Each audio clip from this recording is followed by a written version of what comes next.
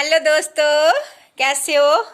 आज मैंने अनुभव वाली वीडियो नहीं बनाई, मुझे याद आ रही है बचपन की वही जबलपुर वाला अनुभव बताती हूँ। जब यहाँ से हम चले गए जबलपुर, मम्मा पापा के साथ मैं चली गई ना, 5वीं क्लास में पढ़ती थी।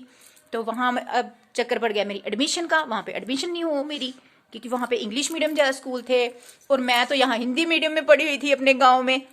तो वहाँ पे मेरी एडमिशन नहीं हो रही थी। फिर एक स्कूल मिला, किसी ने बोला कि खालसा स्कूल में इसकी एडमिशन हो जाएगी। वो सरदारों का स्कूल होता था ना, खालसा स्कूल, वहाँ पे गुरु ग्रंथ वगैरह का, वो अच्छा था स्कूल।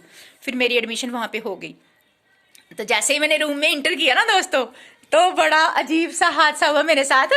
लड़के लड़कियाँ इकट्ठे थे, मतलब वहाँ वहाँ पर। तो मैंने अपनी बेटी को बताया, ये भी बड़ी हंसने लगी। तो जैसे मैंने इंटर किया, एंट्री करते उधर के बच्चों के दिमाग में शरारती एक लड़का उठा, छोटा सा कोई। तो मैं ऐसे चुप करके खड़ी थी, मुझे समझ नहीं आ रही कि मैं बैठूं तो कहाँ बैठूं। वो आया, उसने मुझे ठुमका लगाया ऐसे यूं करके, जैसे ठुमके नहीं मारते। तो मैं जोर से वो पड़ी वाकई ऐसे, मतलब जोर से पड़ी, उधर नीचे गिर गई। तो सारी क्लास हंसने लगी। उसने मुझे ठुमका मार के वो जोर से उधर दूर गिरा दिया। मैं परेशान हो गई, ये क्या है। तो मैंने बोला, आपने मुझे ठुमका क्यों मारा। मतलब हिप से हिप मार के मुझे वहां पे गिरा दिया दूर। उसने, बच्चे थे ना, मैं 5वीं क्लास में, वो भी बच्चा ही था। देखो दिमाग की शरारतें, उनके ऐसे स्वागत करते होंगे। मैंने बेटी को बताया, गरिमा सुनाया नहीं मैं देखी। बोलती मम्मा आपको पता नहीं चला। मां नहीं पता चला, तुम बच्ची थी, मुझे नहीं पता था। इतनी शरारती दिमाग इतना नहीं था कि कोई ऐसे भी करता है। जब मैंने उस लड़के को पूछा क्यों किया, ऐसे बोलता हमारे ऐसे ही स्वागत करते हैं, कोई नया क्लास में आता तो उसको ठुंगा मार के नीचे गिराते हैं, वो दूर जाके पड़ गए। फिर वैसे उन्होंने मुझे कुछ नहीं कहा, मैं ऐसे हैरान हो गई, रोने भी लगी।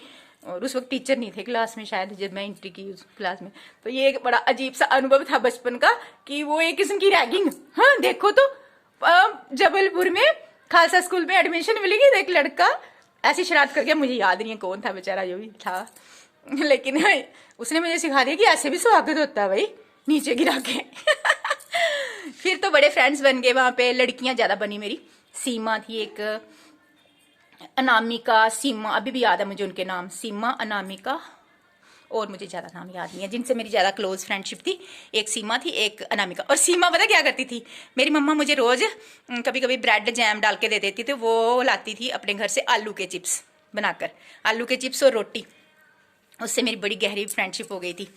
तो वो क्या करती थी, बोलती थी अनुराधा ना मेरा नाम, तो बोलती अन्नू अपने ना ब्रेड और जैम मुझे दे दे, मेरे चिप्स और रोटी तू खा ले। और हम दोनों मैक्सिमम खाना चेंज करते थे। जिस दिन मैं ब्रेड लेकर जाती थी ना, जैम और ब्रेड, तो वो मेरा खाना ले लेती थी, मैं उसके चिप्स और रोटी खा लेती थी। कितना आनंद है ना, वो बचपन कहाँ से लौटा के लाऊं। चलो यार, सभी बच्चे बन जाते हैं थोड़े छोटे छोटे। और मेरी बचपन की यादें इतनी अनमोल और अच्छी है ना, अभी तो कुछ भी नहीं, आगे आगे देखो आप सुनते ही रह जाओगे। ऐसी ऐसी यादें हैं वहां जबलपुर के 2 सालों की, लेकिन यादें इतनी अनमोल प्यारी अच्छी जगह है, अच्छी ही हैं। कोई एक दो होगी बुरी, जब मुझे रोना आ जाता था किसी दुखी को देखकर, वो भी सुनाऊंगी आपको।